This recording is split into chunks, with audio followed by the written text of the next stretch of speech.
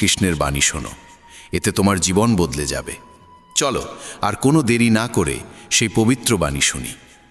শ্রীমদ্ ভগবদ্গীতাকে নিয়ে বলা হয়েছে একং শাস্ত্রং দিবকী পুত্র গীতাম, অর্থাৎ একমাত্র সেই শাস্ত্র যার গায়ন স্বয়ং ভগবান শ্রীকৃষ্ণের মুখ নিঃসৃত বাণী থেকে হয়েছে, তাই শ্রীমদ্ ভগবদ্গীতা।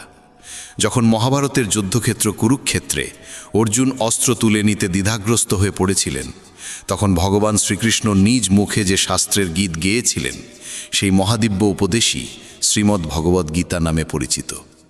এর মাহাত্ম্য অপার, অপরিমেয়। এর প্রকৃত মাহাত্ম্য কেউই পুরোপুরি বর্ণনা করতে পারে না। শেষ, মহেশ, গণেশ পর্যন্ত এর সমস্ত গুণগান সম্পূর্ণরূপে প্রকাশ করতে পারেন না। তাহলে আমরা সাধারণ মানুষ তো আরও সীমাবদ্ধ। এমন বলা হয়ে থাকে, যে ঘরে প্রতিদিন শ্রীমদ্ ভগবদ্গীতার পাঠ হয় কিংবা তা শোনা হয়, সেই ঘরে স্বয়ং শ্রীকৃষ্ণ